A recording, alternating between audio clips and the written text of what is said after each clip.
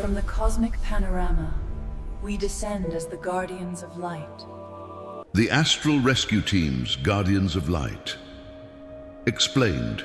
What if you discovered that in the unseen layers of reality, there are actual rescue teams working not for countries, but for souls lost between worlds?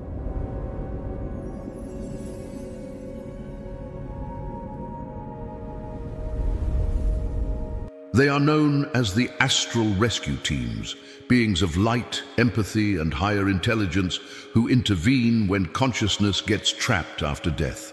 Imagine this. A man dies suddenly in an accident, unaware that his body has stopped breathing. He wanders through the fog of confusion, seeing the living, calling their names, screaming into silence. And then a shimmer of light appears.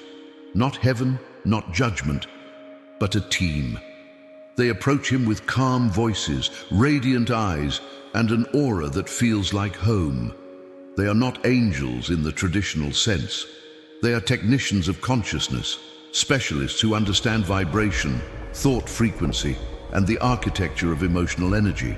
Many near-death experiencers report encounters with these luminous beings. Some call them guides. Others describe them as rescue units that travel through dimensions to assist souls stuck in lower astral zones, where confusion, regret, or trauma still echo.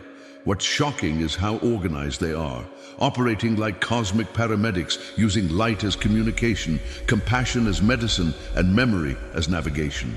But what if I told you that some members of these teams were once human, volunteers who, after passing on, chose to remain in service between worlds? Their mission, to help others find the way home. They say the afterlife is peaceful. For some souls,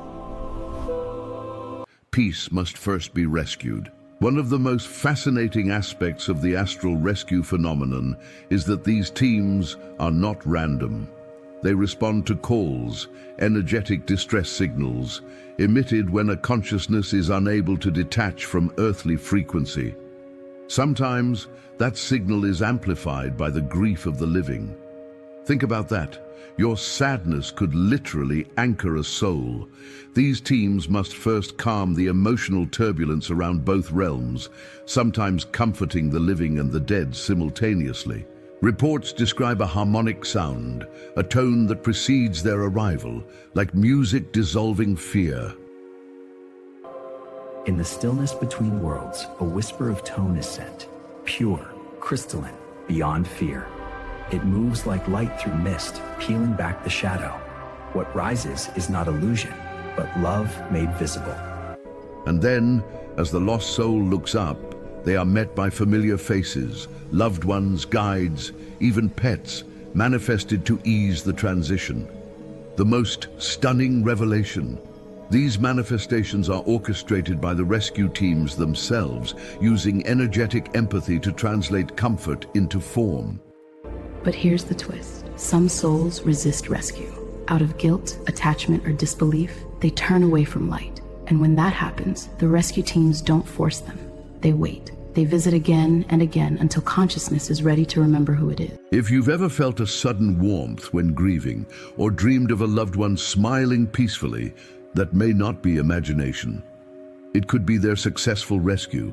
Before we go deeper, take a breath. If this story resonates with something you've felt, share it below. Maybe your story can help another soul understand this truth. And while you're here, subscribe to Spirits in the Material World. This is where light and science meet story, where consciousness finds its voice. In the stillness after the last breath, sorrow fills the room. Yet in that same moment, light stirs. Without delay, guardians arrive, silent, steadfast. They take hold of the newly freed soul, easing the confusion, restoring calm, gently. What if the very moment you lose someone, a silent team of light has already begun their mission? In rare accounts shared by mediums and regression therapists, these rescue teams work in collaboration with what some traditions call the halls of transition. It's like a multidimensional hospital for consciousness, a luminous hub where rescued souls recover, review, and realign before their next journey. There, energy physicians restore fragmented memory, helping the soul remember the greater self beyond time and pain. But there's an even deeper twist. Sometimes you, yes, the living, unknowingly participate in these rescues. Through sincere prayer, loving thought, or moments of surrender, you send a frequency that guides the teams toward the lost.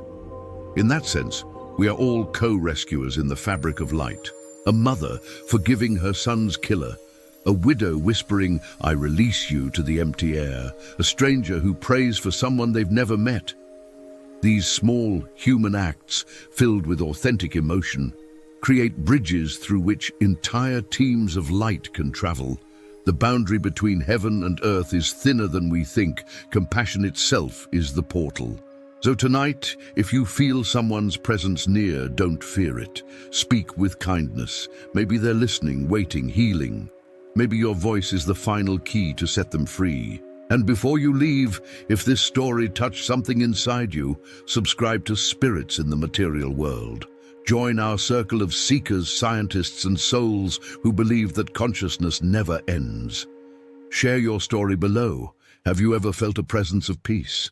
We read every message. Each one reminds us that none of us journey alone. Disclaimer for YouTube description and opening. The perspectives and spiritual concepts presented in this video reflect various esoteric, metaphysical, and religious traditions from around the world. They are offered for educational and spiritual exploration purposes. Viewers are encouraged to explore these ideas within their own belief systems and frameworks. If you are experiencing depression, anxiety, or other mental health concerns, please consult with a qualified healthcare professional.